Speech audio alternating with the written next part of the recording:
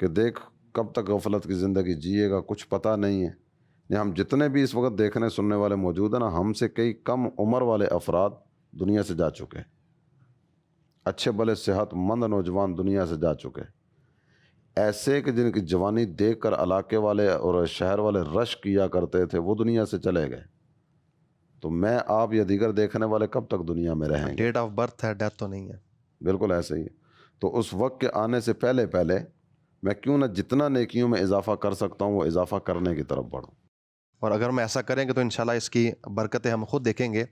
Programme کے اندر ہم ایک اور سیگمنٹ شامل کرتے ہیں جس کا نام ہے خاص لوگوں سے خاص باتیں. غور و فکر کرنے سے یہ مراد ہے کہ انسان اخروی اعتبار سے اپنے معمولات زندگی پر غور و فکر کرے، پھر جو کام اس کی آخرت کے لیے نقصان دہ ثابت ہو سکتے ہوں انہیں درست کرنے کی کوشش میں لگ جائے، اور جو امور اخروی اعتبار سے نفع بخش نظر آئیں ان میں بہتری کے لیے اقدامات کرے. غور و فکر کے فوائد کو دو طرح سے سمجھا جا سکتا ہے. نمبر 1 عقلی اعتبار سے، نمبر 2 نقلی یعنی منقولی اعتبار سے.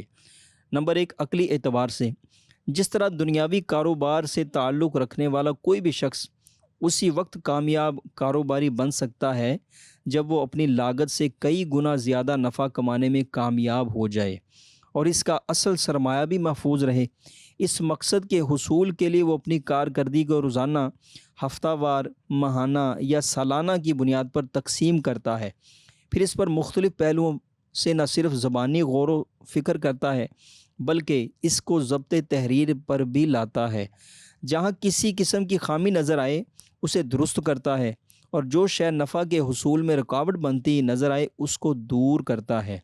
اگر وہ اپنے کاروباری معاملات کا محاسبہ نہ کرے تو اکثر اوقات اسے نفع حاصل ہونا تو درکنار الٹا نقصان کا سامنا کرنا پڑتا ہے. پھر بھی اگر وہ خواب غفلت سے بیدار نہ ہو تو ایک دن ایسا آتا ہے کہ اس کا اصل سرمایہ بھی باقی نہیں رہتا اور وہ کوڑی کوڑی کا محتاج ہو جاتا ہے. بالکل اسی طرح جو شخص کاروباری آخرت میں نفع کمانے کا آرزو مند ہو اسے بھی چاہیے کہ اپنے کیے گئے اعمال پر غور کرے. جو اعمال اس کو نفع دلوانے میں معاون ثابت ہوں ان کو مزید بہتر کرے، اور جو کام اس نفع کے حصول میں رکاوٹ بن رہے ہوں انہیں چھوڑ دے تو وہ بتوفیق خداوندی کامیابی سے ہمکنار ہوگا اور بطور نفع اسے داخلے جنت ہونا نصیب ہوگا. اور اگر ایسا کرنے کی بجائے وہ خواب غفلت کا شکار رہا تو وہ خسارے میں رہے گا جس کا نتیجہ دخول جہنم کی صورت میں سامنے آ سکتا ہے، والعیاذ باللہ. نمبر 2 نقلی منقولی اعتبار سے. غور و فکر، محاسبہ کرنا، اس کے بارے میں ہمارے پیارے آقا صلی اللہ تعالی علیہ وآلہ وسلم اور اسلاف کرام رضی اللہ تعالی عنہم نے کثیر فضائل بیان فرمائے ہیں. چنانچہ سرکار دو عالم صلی اللہ تعالی علیہ وسلم نے فرمایا، امور آخرت میں گھڑی بھر غور و فکر کرنا 60 سال کی عبادت سے بہتر ہے. سرور دو عالم صلی اللہ تعالی علیہ وسلم نے ارشاد فرمایا، سمجھدار وہ شخص ہے جو اپنا محاسبہ کرے اور آخرت کی بہتری کے لیے نیکیاں کرے، اور احمق وہ ہے جو اپنے نفس کی خواہشات کی پیروی کرے اور اللہ تعالیٰ سے انعام آخرت کی امید رکھے. سرکار مدینہ صلی اللہ تعالی علیہ وسلم نے ارشاد فرمایا، 3 باتیں ایسی ہیں کہ جس شخص میں پائی جائیں اس کا ایمان کامل ہو جاتا ہے. نمبر 1 وہ اللہ تعالیٰ کے معاملات میں کسی کو ملامت کرنے والے کی ملامت سے نہیں ڈرتا. نمبر 2 اپنے کسی عمل میں ریاکاری نہیں کرتا. اور نمبر 3 جب اس کے سامنے 2 باتیں پیش ہوں، ایک کا تعلق دنیا سے ہو اور دوسری کا آخرت سے، تو وہ دنیا پر آخرت کو ترجیح دیتا ہے. حضرت عثمان غنی رضی اللہ تعالیٰ عنہ فرماتے ہیں کہ دنیا کی فکر دل میں اندھیرا جبکہ آخرت کی فکر دل میں روشنی اور نور پیدا کرتی ہے. حضرت سیدنا ابن عباس رضی اللہ تعالیٰ عنہ فرماتے ہیں، یعنی اچھی باتوں کے بارے میں سوچنے سے ان کے عمل کی ترغیب ملتی ہے اور برائیوں پر نادم ہونے سے انہیں چھوڑنے کی توفیق ملتی ہے. حضرت سیدنا عامر بن قیس رضی اللہ تعالیٰ عنہ فرماتے ہیں کہ آخرت میں سب سے زیادہ خوش وہ شخص ہوگا جو دنیا میں آخرت کے بارے میں سب سے زیادہ متفکر رہنے والا ہو، اور آخرت میں سب سے زیادہ ہنسنا اسی کو نصیب ہوگا جو دنیا میں خوف خدا سے سب سے زیادہ رونے والا ہو، اور بروز قیامت سب سے زیادہ ستھرا ایمان اسی کا ہوگا جو دنیا میں زیادہ غور و فکر کرنے والا ہے. صلو علی الحبیب صلی اللہ تعالی علی محمد۔ جی مدنی چینل کے ناظرین، آئیے پروگرام کے اندر ایک سوال شامل کرتے ہیں۔ محمد وقاص اتاری وزیر آباد سے میرا حاجی صاحب سے سوال ہے کہ کئی تنظیمیں ہیں جس کے اندر ہزاروں افراد آتے ہیں چلے جاتے ہیں، لیکن دعوت اسلامی میں جو افراد آتے ہیں اگر وہ چلے جائیں تو دعوت اسلامی والے انہیں واپس لانے کے لیے اتنی کوشش کیوں کرتے ہیں؟ جی حضور، سائل سوال کر رہے ہیں کہ ہزاروں تنظیمیں ہیں، تنظیموں میں ہزاروں افراد آتے ہیں جاتے ہیں، تو جو جا رہے ہیں ان کے لیے اتنا اہتمام کیوں؟ جانے والوں کا راستہ کھول دیا جائے، آ تو بھی رہے نا، جو جانا چاہتا ہے جائے۔ تو ہمارا مقصد جو ہے نا، میں نے جس طرح گفتگو کے دوران بھی عرض کیا، مقصد ہے ساری دنیا کے لوگوں کی اصلاح۔ عام طور پر جو دیکھنے میں آتا ہے وہ یہی ہے، ایک سادہ سی مثال بھی اگر میں عرض کروں کہ جو بکری ریوڑ کے ساتھ جا رہی ہوتی ہے نا وہ بچی رہتی ہے، اور جو ریوڑ سے جدا ہوتی ہے نا، بھیڑیا اس پر حملہ کرتا ہے اور اس کا تیا پانچا کر دیتا ہے۔ تو ہم یہ چاہتے ہیں کہ یہ ساری کی ساری بکریاں ریوڑ کے ساتھ مل کر ہی آگے بڑھتی چلی جائیں، اور جو منزل ہے اور جو ہدف ہے، جو مقصد ہے، وہ ہے رضا الہی کا حصول۔ بے شک اللہ تعالیٰ اور اس کے پیارے حبیب صلی اللہ تعالیٰ علیہ وآلہ وسلم کی محبت کے جام پیتے چلے جائیں اور رب کا قرب پانے کی منزل کی طرف بڑھتے چلے جائیں۔ اور جو اپنے لیے پسند کرتے ہیں وہ دوسرے مسلمانوں کے لیے پسند کریں۔ تو اگر بالکل میں ایسے ہی۔ اجتماع میں جانا، مدنی مذاکرہ دیکھنا، یہ دینی کام میں اپنے لیے پسند کر رہا ہوں، چاہیے سائل محترم اگر اس پر بھی تھوڑا سا غور کریں نا تو ہمارے سامنے ہو سکتا ہے اس طرح کے نظارے بھی آئیں کہ کسی اسلامی ماحول سے وابستگی تھی، دینی ماحول سے وابستگی کی صورت تھی، اور دعوت اسلامی کے ماحول کی بات کریں، دعوت اسلامی کے ماحول میں آنا جانا تھا تو کیفیت کچھ اور تھی۔ ظاہری طور پر بھی بعض اوقات جو چیزیں میں نظر آتی ہیں نا، یہاں تھا تو نماز پڑھ رہا تھا، نکلنے کے بعد ہو سکتا ہے کہ نماز جماعت بھی جاتی رہے۔ نماز اس کے مسائل ہو جائیں، ہو سکتا ہے عقیدے کے معاملات اس میں بگاڑ کی صورت ہو جائے، ہو سکتا ہے کہ ایسوں کی صحبت میں جا کے بیٹھنا شروع کر دے جو اس کو برائی کی راہ پر اور گمراہی کی راہ پر اور گندگی کی راہ پر لے کر چل پڑیں۔ تو یہ اس راہ پہ چلتا رہے گا نا تو اللہ کی رحمت سے امید ہے کہ عمل کا جذبہ ملے گا، راہ سنت، راہ تقوی اور راہ خدا کی طرف بڑھتے ہوئے زندگی بسر ہوتی چلی جائے گی۔ اس کو زیادہ شفقت کی حاجت ہے جو پہلے تھا، بنسبت اس کے کہ جو ابھی اس مدنی ماحول میں، اس نیک ماحول میں آیا ہی نہیں ہے۔ دونوں پر شفقت ہونی چاہیے، دونوں کو جو ہے وہ اس نیک ماحول کے اندر آنا جو چاہیے، آ چکے ان کو جانے نہ دیں، جو چلے گئے ان کو واپس لے کے آ جائیں، اور جو ابھی تک نہیں آئے ان کو بھی دعوت دیں۔ ان کو بھی لے کر آئیں۔ تو یہی دعوت اسلامی ہے۔ دعوت اسلامی کا دینی مقصد ہے کہ مجھے اپنی اور ساری دنیا کے لوگوں کی اصلاح کی کوشش کرنی ہے۔ ہمارے جملہ کام، ہمارے جملہ ڈپارٹمنٹ جو ہیں، ہمارے شعبہ جات ہیں، جو سب کا جو مقصد ہے وہ یہی ہے کہ ان سب کو دینی کاموں کے اندر شامل کیا جائے۔ تو الحمدللہ آج کے اس پروگرام کے اندر ہم نے اس پر سیر حاصل گفتگو کی۔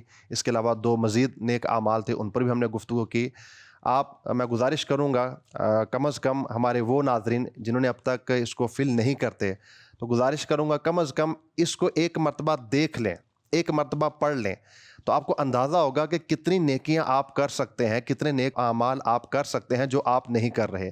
تو گزارش کروں گا اگر آپ اس کو خرید سکتے ہیں تو ضرور خریدیے مکتبۃ المدینہ سے ہدیۃً، اور موبائل ہر ایک کے پاس ہوتا ہے تو پلے اسٹور سے نیک اعمال نامی ایپ، اس کو آپ ڈاؤن لوڈ کیجئے اور نیک اعمال کا رسالہ فل کر کے ہر ماہ آپ جمع کروائیے۔ اللہ نے چاہا تو اس سے زندگی کے اندر نیکیاں کرنے کا ایک جذبہ پیدا ہوگا، برائیوں سے آپ بچیں گے۔ مالک کریم عز و جل سے دعا گو ہوں جو کچھ سنا سیکھا عمل کی توفیق عطا فرمائے۔ اس پروگرام کے تعلق سے آپ فیڈ بیک دینا چاہیں، نمبر آپ کی اسکرین پر ہے، آپ اس نمبر کے ذریعے ضرور فیڈ بیک دیجئے۔ صلو علی الحبیب صلی اللہ تعالی علی محمد صلی اللہ علیہ وآلہ وسلم۔ عمل کا جذبہ عطا یا الہی، گناہوں سے مجھ کو بچایا الہی، عمل کا جذبہ